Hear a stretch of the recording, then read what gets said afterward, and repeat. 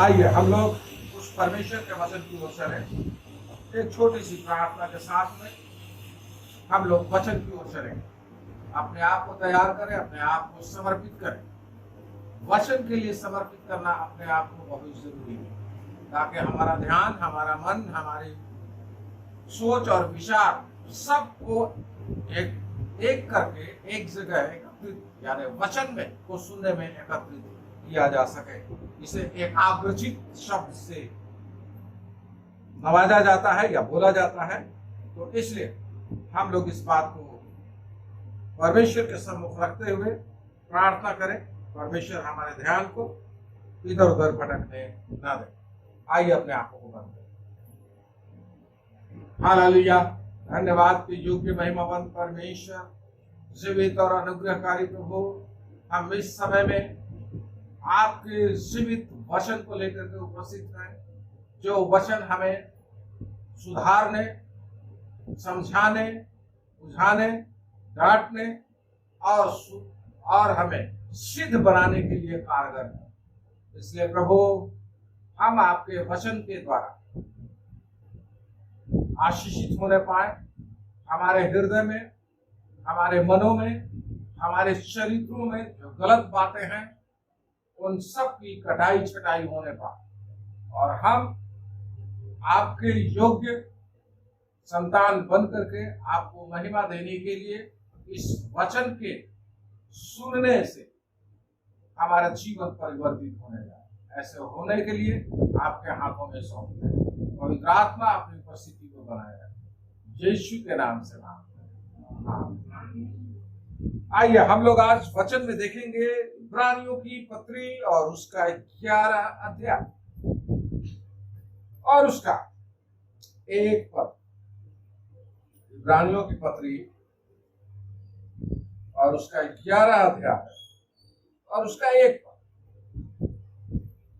आज का विषय है विश्वास,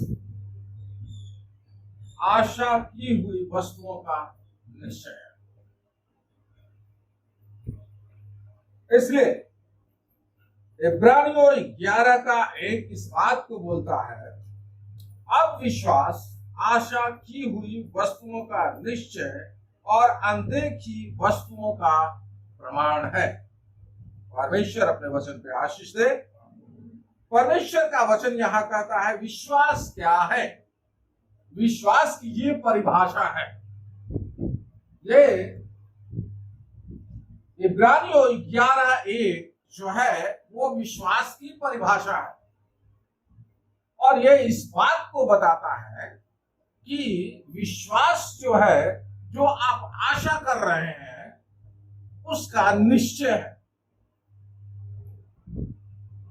हमें प्रभु यीशु मसीह ने निश्चयता दिया अनंत जीवन का। अनंत जीवन पाने की आशा रखते हुए हमें विश्वास करने की जरूरत है। और जब विश्वास करते हैं तो विश्वास इस बात को बताता है कि यीशु मसीह में जो अनंत जीवन है वो हमें निश्चय मिलेगा। हम उसके उत्तराधिकारी हैं। हम विश्वास से इस बात की घोषणा करते हैं कि आने वाले समय में जिस बात की हम आशा कर रहे हैं वो हमें निश्चय मिल जाएगा। ध्यान रखिए, आप लोग कभी कभी आशा करते हैं और उस आशा के अनुसार हम लोग कदम को आगे बढ़ाते हैं। कितने लोगों ने पापों की क्षमा प्राप्त की है? मेरा सवाल है, कितने लोगों ने पापों की क्षमा, आप लोगों में से कितने लोगों ने पापों की क्षमा को प्राप्त किया है? आप लोग पापों की क्षमा को प्राप्त नहीं किए हैं, अर्थात उद्धार नहीं पाए हैं। पाए हैं तो हाथ उठाइए। ये घोषणा है हम इस बात की हाथ उठा करके घोषणा कर रहे हैं कि हमारा उद्धार हो चुका है, हमारे पापों से छुटकारा हो चुका है। अगर आप घोषणा नहीं करते तो विश्वास नहीं कर रहे। अगर परमेश्वर कह देता कि मैं तुम्हारे लिए बलिदान हो गया और बलिदान यीशु मसीह संसार में नहीं आता और हो कर देता, तो क्या होता?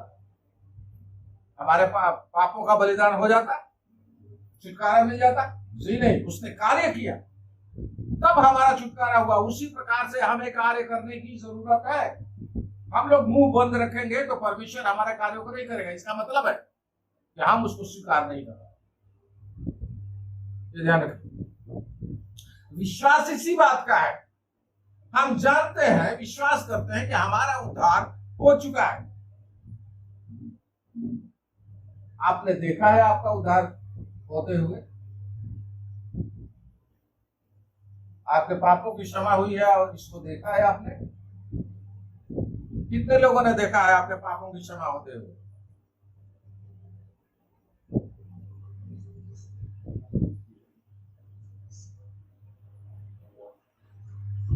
कितने लोगों ने देखा? ध्यान रखिएगा, महसूस करने से कभी भी पापों की क्षमा नहीं होती,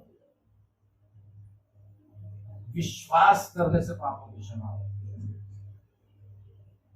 परमेश्वर ने जगत से ऐसा प्रेम रखा कि उसने अपना इकलौता पुत्र दे दिया। क्या करने के लिए? ताकि जो कोई विश्वास करे, महसूस करे नहीं, महसूस करने वाला व्यक्ति जो है, अनुभव करने वाला व्यक्ति कि मेरे पापों की क्षमा हो गई, ऐसा नहीं होगा। ये भूल में। जब तक आपका विश्वास यीशु मसीह पर नहीं है तो जो कोई विश्वास करे वो नाश ना हो परंतु अनंत जीवन प्राप्त करे। हमें विश्वास करने की जरूरत है।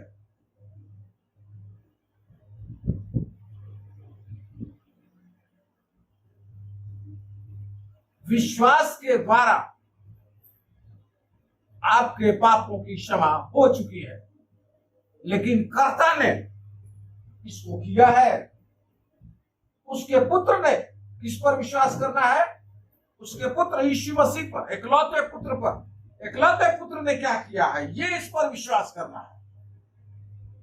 इकलौते पुत्र ने क्या किया है, इस पर विश्वास करना है। इकलौते पुत्र पर जब प्रभु ने कह दिया बस इकलौते पुत्र को दे दिया, इकलौते पुत्र पर हमारा विश्वास है, बस हो गया, ऐसा नहीं है। विश्वास क्यों है इकलौते पुत्र पर? इकलौते पुत्र पर इसलिए विश्वास है कि वो हमारे पापों के लिए मारा गया, गाड़ा गया और तीसरे दिन मृतकों में से जी उठा। अर्थात वो हमारे पापों की कीमत चुका दिया। अब हमें चुकाने की आवश्यकता नहीं, वो हमारे बदले में चुका दिया, हमें सिर्फ विश्वास करने की। और जब आप विश्वास करते हैं तो ये जिस वजह से, जिस आशा से आपने उस पर विश्वास किया है, उसी विश्वास के अनुसार आपको निश्चित रूप से जानना है कि आपके पापों की क्षमा हो चुकी। हालेलुया। और यही प्रत्येक मसीही व्यक्ति का मसीही विश्वास है। प्रत्येक मसीही व्यक्ति का यह विश्वास है। इसीलिए हम प्रभु के पास में आए हैं और इसीलिए प्रभु ने हमें बुलाया है। जो विश्वास करे वो नाश नहीं हो।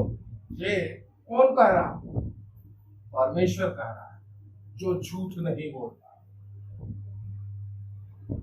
जो हमेशा सच बोलता है, क्योंकि वो आत्मा है। आत्मा के साथ में सच्चाई है। शुक्रवार को मैं टीचिंग दे रहा था, शुक्रवार को दे रहा था आत्मा और सच्चाई से, क्योंकि वो झूठ नहीं बोलता, जो कुछ कहता है सच कहता है। क्यों? क्या वो एक पिता अपने बच्चों से झूठ बोले वो अच्छा पिता है? कभी भी अच्छा पिता नहीं है,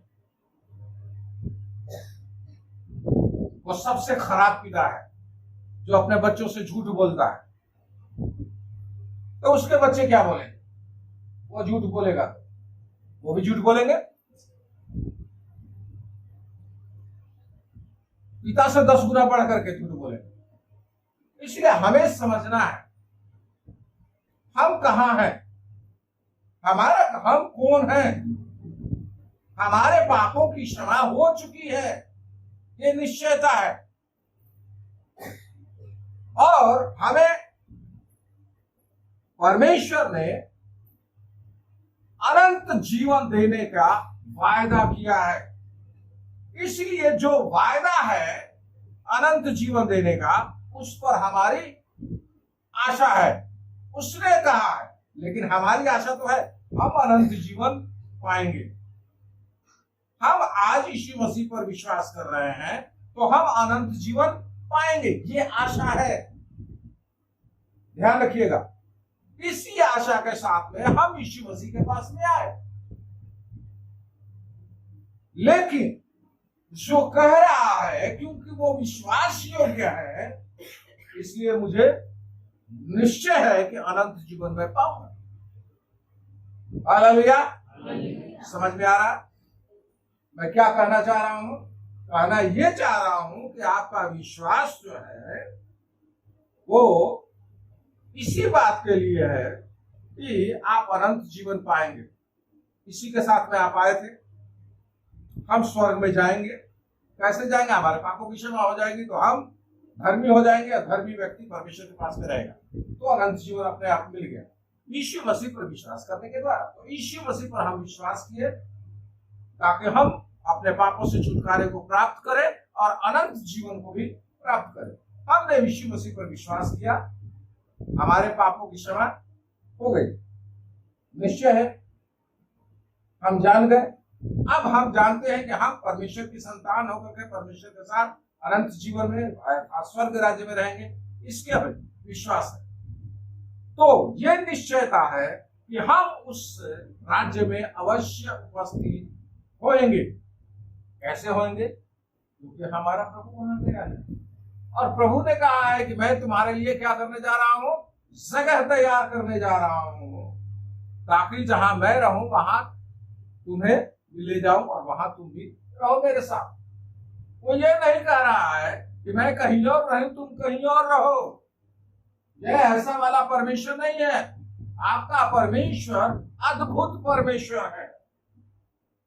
वो आपके साथ में रहता है, आपसे अलग नहीं रहता है। इसलिए कहता है कि मैं, और देखो मैं जगत के अंत तक सदैव तुम्हारे संग हूं, तुम्हारे साथ हूं। वो परमेश्वर आपसे अलग नहीं रहता। वो परमेश्वर आपके साथ रहना चाहता है। इसीलिए उसने बनाया है, हमें मनुष्य को बनाया उसके साथ संगति करने के लिए। वो चाहता है, इसी आशा को देखते हुए हमें अपने जीवन को गुजारना है। ध्यान रखिएगा, आप लक्ष्य क्या है, हमारा गोल क्या है?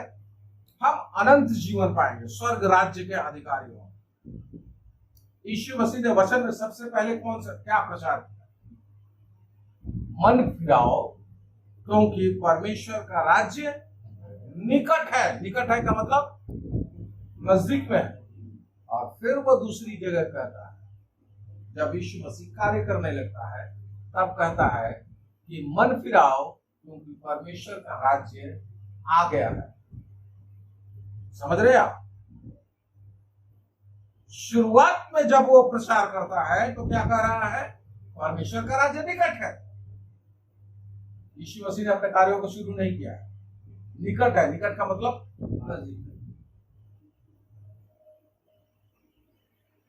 और जब यीशु मसीह अपने कार्यों को करने लगता है तो कहता है, क्या कहता है? परमेश्वर का राज्य आ गया है। क्या हमें विश्वास है? जी हाँ, परमेश्वर का राज्य आ गया। परमेश्वर का राज्य यीशु मसीह के द्वारा इस संसार में आ चुका।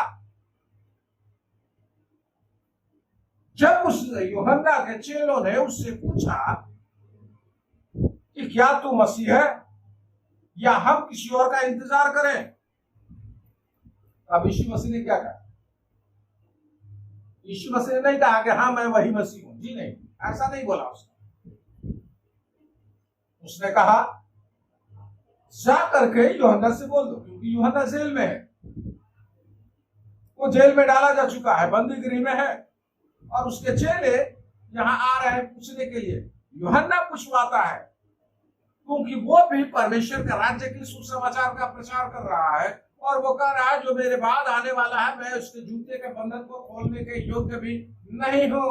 एक व्यक्ति आया और उसके सम्मुख परमेश्वर ने गवाही दिया, आकाशवाणी हुई, सब कुछ हुआ, लेकिन जब वो जेल में चला गया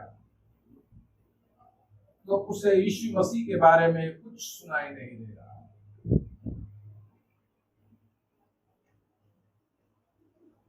कोई नहीं बता रहा यीशु मसीह कहां है, क्या कर रहा है।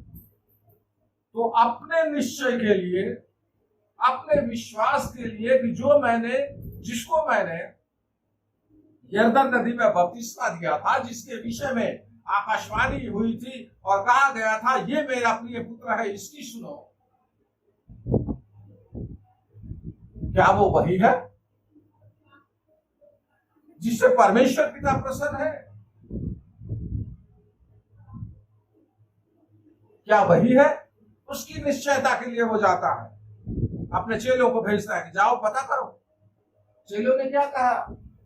यीशु मसीह से जब पूछा, यीशु मसीह ने उन लोगों को क्या उत्तर दिया? कहा जाओ और जाकर के कहना लंगड़े चलते हैं, अंधे देखते हैं,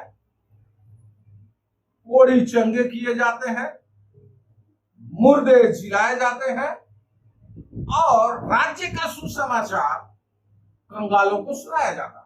हालेलुया। और कुछ कहने की जरूरत नहीं।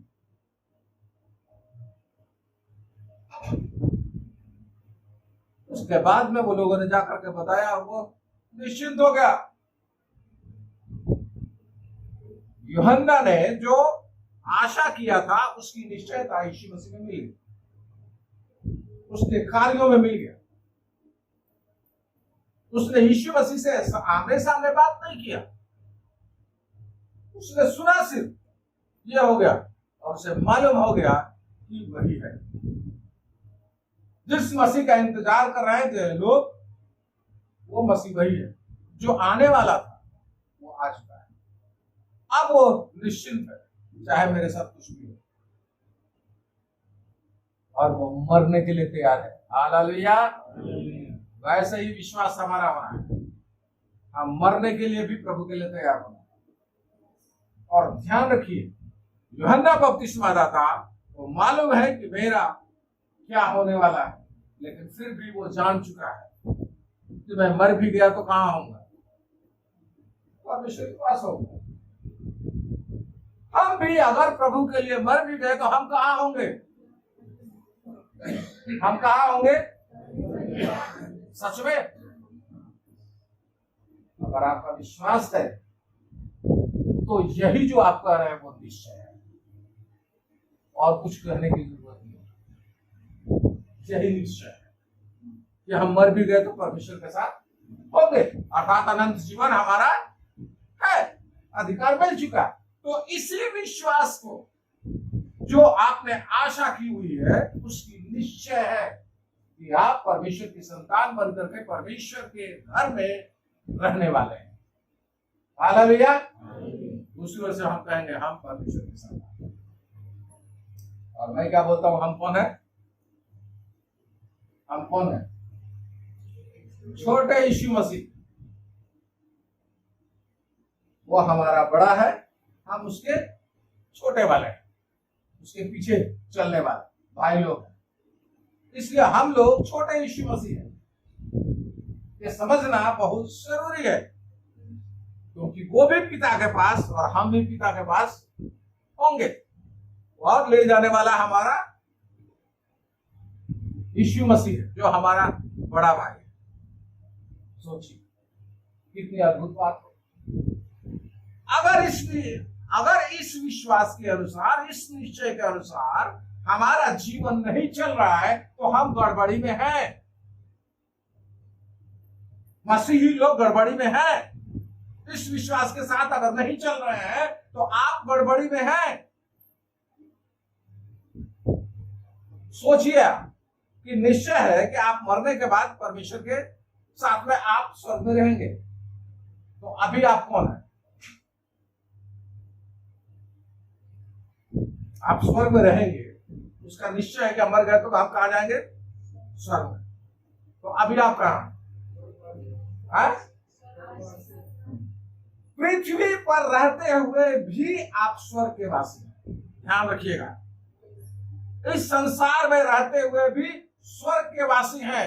इसलिए स्वर्ग के वासी होने के कारण आपको पृथ्वी पर स्वर्ग में जैसे रहा जाता है वैसे चलने की जरूरत है। हालेलुया। स्वर्गवासी है तो हम उसके अनुसार चलेंगे।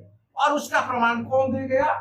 जैसा यीशु मसीह का स्वभाव था वैसा ही तुम्हारा स्वभाव। जो वहां ले गया है उसके पास स्वभाव है ये, और उसको हमने देखा है।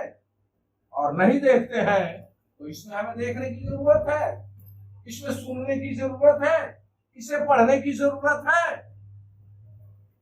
कोई है ऐसा जिसके पीछे आप चलने के लिए तैयार हैं? कोई भी परमेश्वर जिसको लोग कहते हैं, कोई परमेश्वर है जिसके पीछे चलेंगे आप कदम ब कदम, उसके अनुसार करेंगे आप? कोई नहीं है। हम जिसको मानते आए हैं, ध्यान रखिएगा, पुराने जीवन की बातें कर रहा हूं, हम जिसको मानते आए हैं उसका पीछा हम कभी नहीं करते, उसके अनुसार हम कभी नहीं बनते। ध्यान रखिए, उसके अनुसार करेंगे तो यहां हड्डी पसली एक भी नहीं बचेगी। ठीक है? उसके अनुसार करेंगे तो आपका हड्डी पसली भी नहीं बचेगी। लोग मार डालेंगे आपको, जिसकी आप पहले पूजा करते। उसके लिए बहुत सारे नियम संविधान हमारा देता है, उसका अधिकार देता है, उसके ऊपर बहुत सारे नियम लगे। लेकिन परमेश्वर का वचन कहता है भलाई के लिए कोई भी नियम नहीं है। और भला कौन है? सिर्फ एक, और वो परमेश्वर। हमारा प्रभु यीशु मसीह है, जो किसी ने उसके विरुद्ध में काम किया उससे भी वो प्रेम करता है। सबने पाप किया फिर भी उसने उन पापियों से प्रेम किया, और उन पापियों के लिए, गलत लोगों के लिए अपने आप को बलिदान कर दिया। इसी को अनुग्रह कहते हैं। प्रेम भी बहुत आयत से, इसी को अनुग्रह कहते हैं। तो क्या जब उसने, हम पापी थे, हम पर दया गया, तो परमेश्वर को वचन करता है, तो क्या हम पाप करते रहे कि हम पर अनुग्रह हो? अगला शब्द है कदापि नहीं। ध्यान रखिएगा, कदापि नहीं, क्योंकि आप उससे छुटकारे को पा चुके हैं। पाप से आपका उद्धार हो चुका है, आपका उद्धार, पापों की क्षमा हो चुके हैं। इसलिए आप क्या हैं? आप पवित्र हैं, शुद्ध हैं। इसलिए पवित्र और शुद्ध होने के कारण आप उसी के अनुसार, पवित्रता और शुद्धता के अनुसार आपको कार्य करना है। अभी तो मसीही जीवन है। दूसरी ओर से हम कहें तो तू अपने सारे मन, सारे जीव, सारे प्राण, सारी शक्ति के साथ में अपने परमेश्वर से प्रेम कर, और इसी के साथ में अपने पड़ोसी से अपने समान प्रेम रखना। अर्थात परमेश्वर से जो प्रेम कर रहे हैं वो पड़ोसियों को करना। अच्छा पड़ोसी कौन है? आपको मालूम होना चाहिए। अच्छा पड़ोसी कौन है? बाइबल में उदाहरण है, बाहर जाने की जरूरत नहीं है।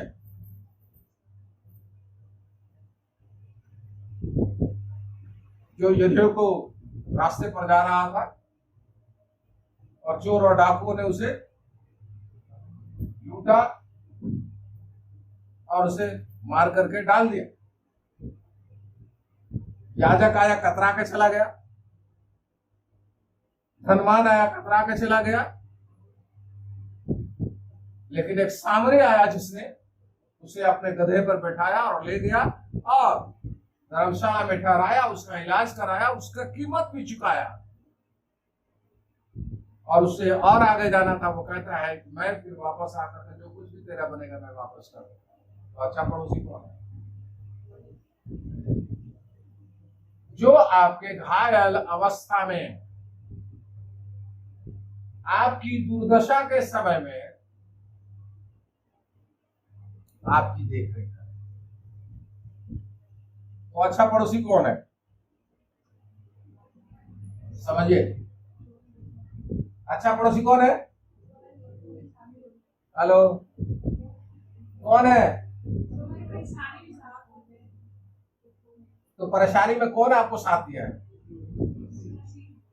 जी हाँ, सबसे अच्छा पड़ोसी यीशु मसीह है। जो आप पाप रूपी घाव से घायल थे, आप उस दुर्दशा में पड़े थे जहां बचाने वाला कोई था ही नहीं, और वहां यीशु मसीह आया और आपके पापों के बदले में आपको उठा करके धर्मशाला में उस जगह पर ले गया। परमेश्वर अपने राज्य में, और उसके बदले में उसने कीमत चुकाई। इसलिए कहता है वचन, क्या कहता है? तुम मोल लिए गए, यानी तुम्हारी कीमत चुकाई गई। और वो किसने चुकाया? यीशु मसीह ने। हमारा अच्छा पड़ोसी यीशु मसीह से बढ़कर के दूसरा नहीं है। तो यीशु मसीह से बढ़कर दूसरा नहीं है, तो आपका पड़ोसी इस संसार में कौन है? अभी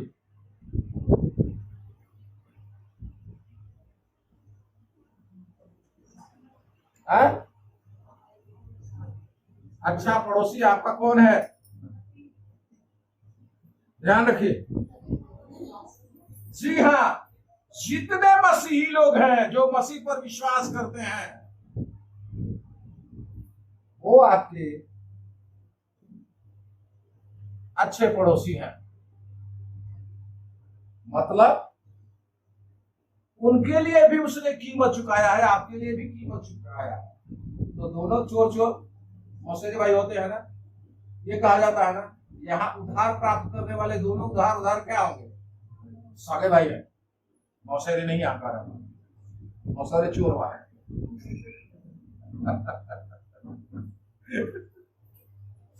ठीक है, आप सगे हैं यीशु मसीह में, इसलिए आप पड़ोसी हैं। इसलिए आपको आपस में प्रेम करना है, यानी मसीह का प्रेम आपस में हमें बांटना है। ये है इसी के लिए, इसी आशा में जब बातें पुराने नियम में हम देखते हैं, सब बातें होती हैं, तो उसी वचन के अनुसार विश्वास किया जाता है।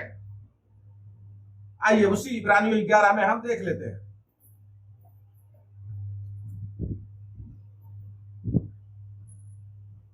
11-12 पढ़ लीजिए। तो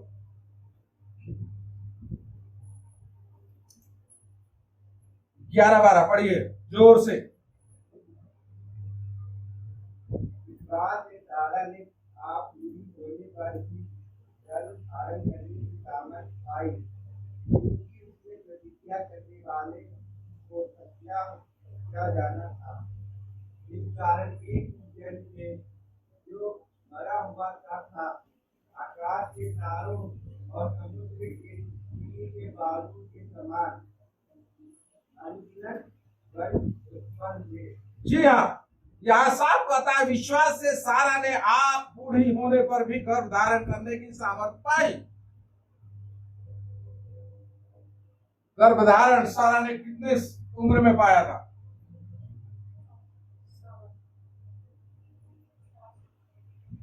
गर्भधारण जब सारा ने किया उसकी उम्र कितना थी? सारा की उम्र कितनी थी? जी नहीं, 90 वर्ष।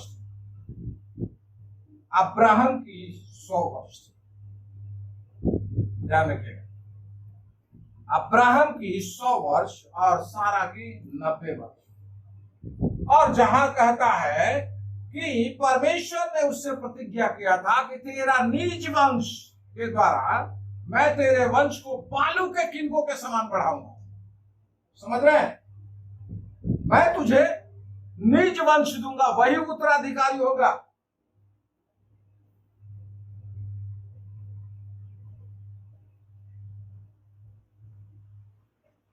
इन लोगों ने विश्वास किया,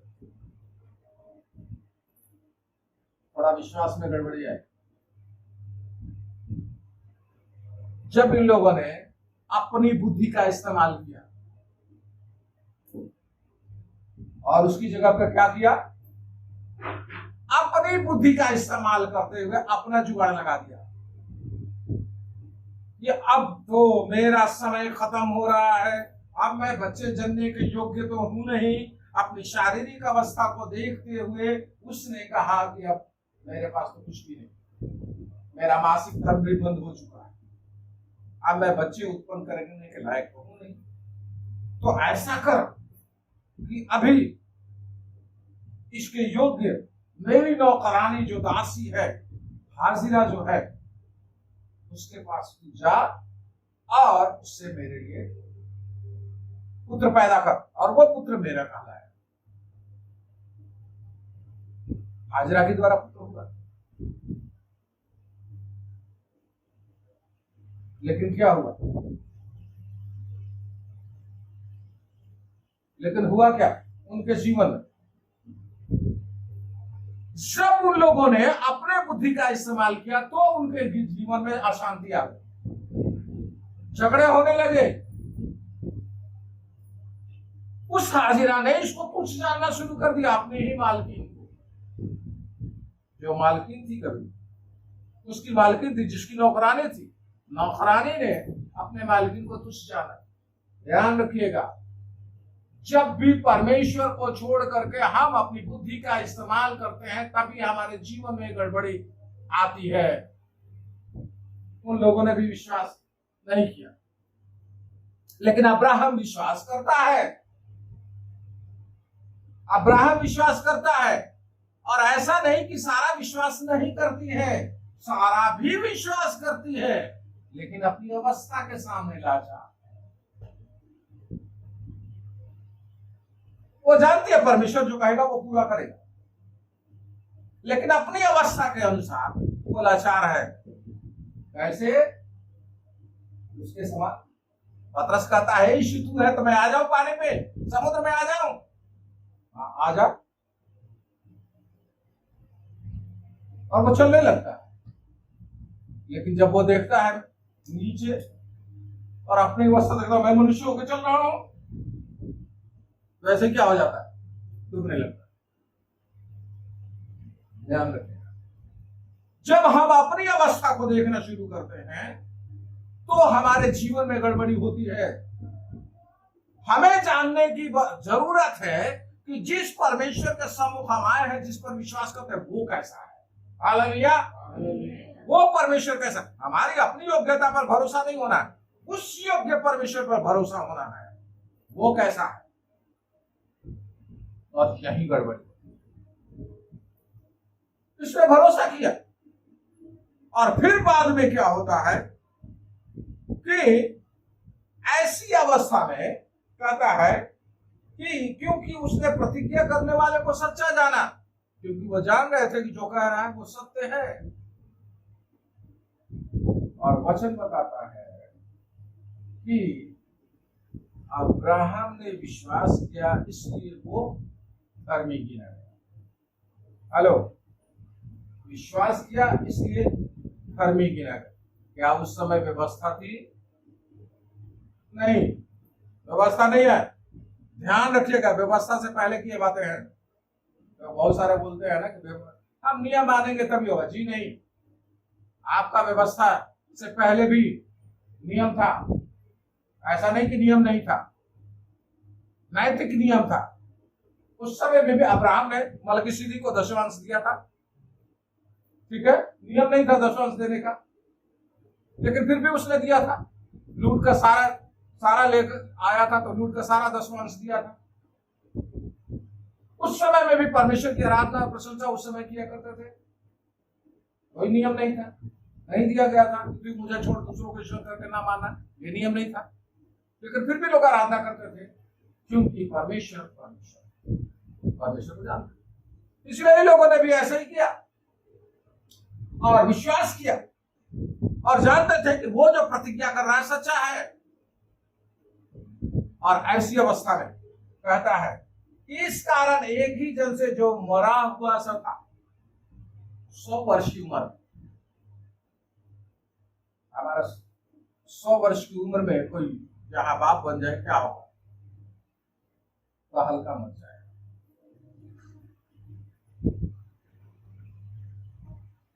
तो हल्का मच जाए। और सोच लो कि 90 वर्ष की बुढ़िया, तो हल्का मचना ही, ये कैसे संभव? आश्चर्य की बात। इसलिए यहां भी वही का होता है, मरी हुई इसी अवस्था में है। और उन लोगों को कहा गया, प्रतिज्ञा किया गया कि आकाश के तारों, समुद्र के तीर के बालू के समान अनगिनत वंश उत्पन्न हुए उन लोगों के। क्यों विश्वास किया? क्योंकि जो प्रतिज्ञा कर रहा था वो सच्चा था। हम मसीहियों से भी जो प्रतिज्ञा करने वाला है वो कौन है? सच्चा है, वो झूठ नहीं बोलता, वो सच बोलता है। इसलिए जैसा उसने कहा वैसा ही होगा।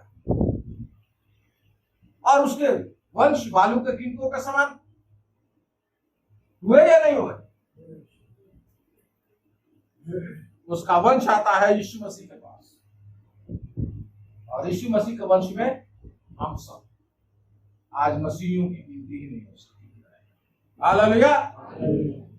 हमारे हिंदुस्तान में सिर्फ 2 पॉइंट कुछ होने से नहीं है, पूरे संसार में हम देखेंगे तो मसीहियों की गिनती नहीं हो सकती, क्योंकि 3 हिस्से में वो है।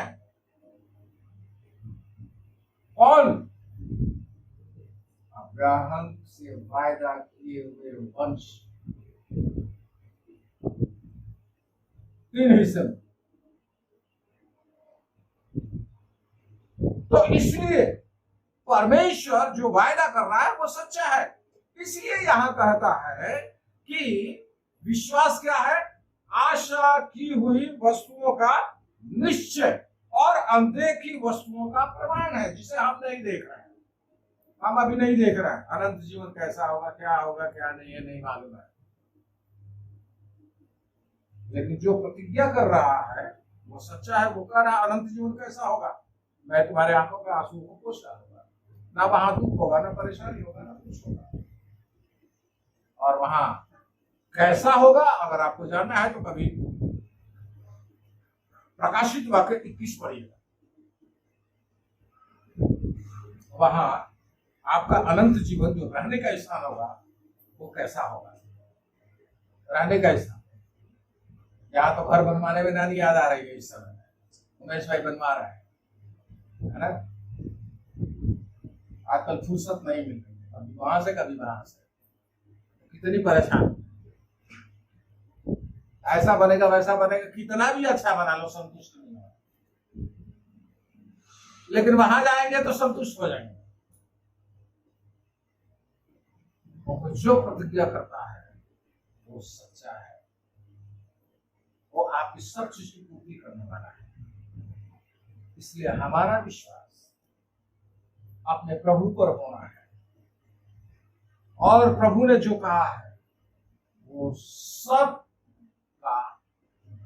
बातों पर विश्वास करते हुए ये जानना है कि निश्चय वो सब हमारे लिए हो चुका है। ये विश्वास, ये निश्चय, इसी को हम विश्वास करें।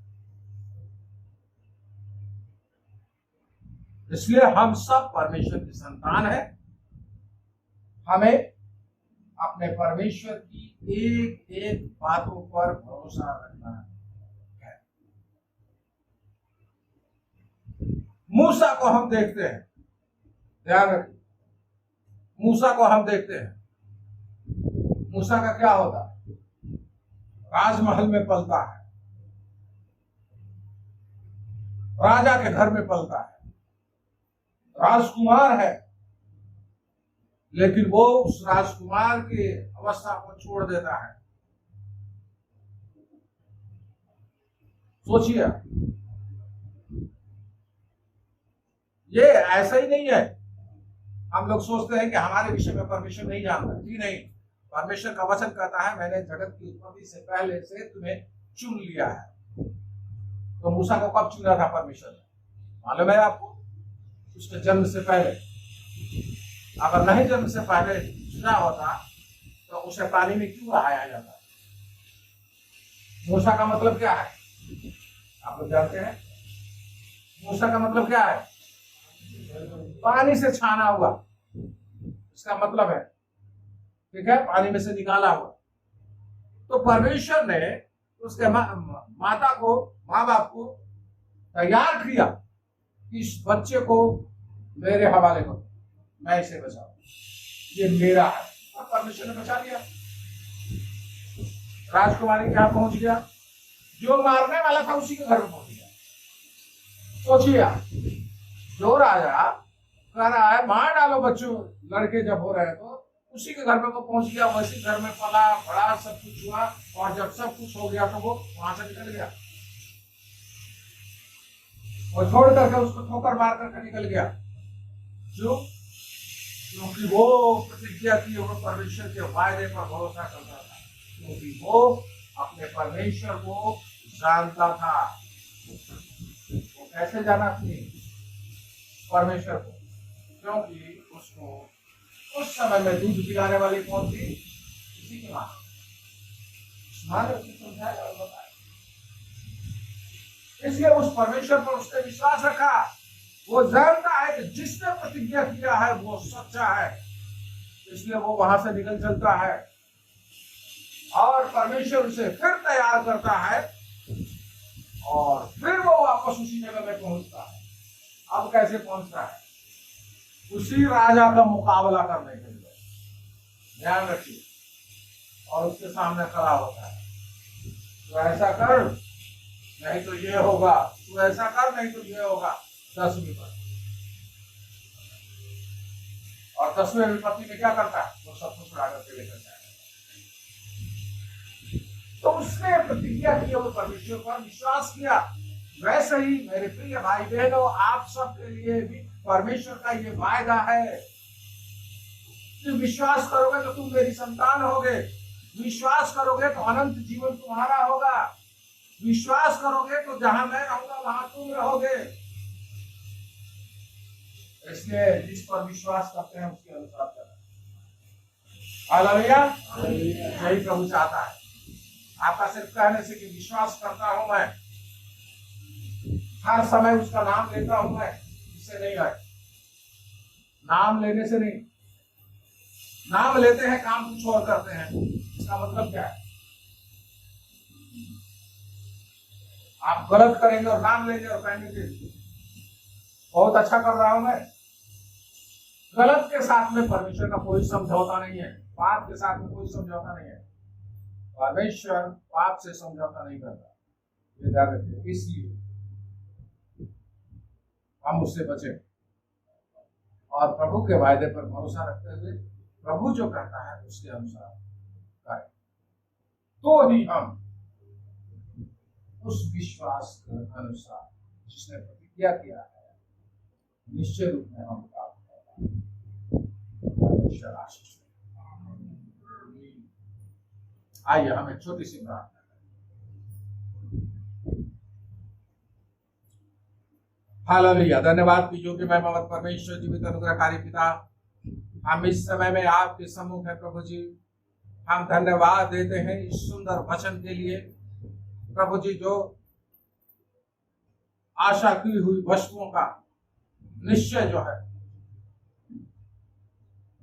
उस पर विश्वास करते हुए हम जानते हैं कि प्रभु जो हमसे वायदा करने वाला है वो सच्चा है, और उस विश्वास के अनुसार चलते हैं तो हम निश्चय रूप से उस वायदे को हम प्राप्त करते हैं। इसलिए प्रभु जी हम सबको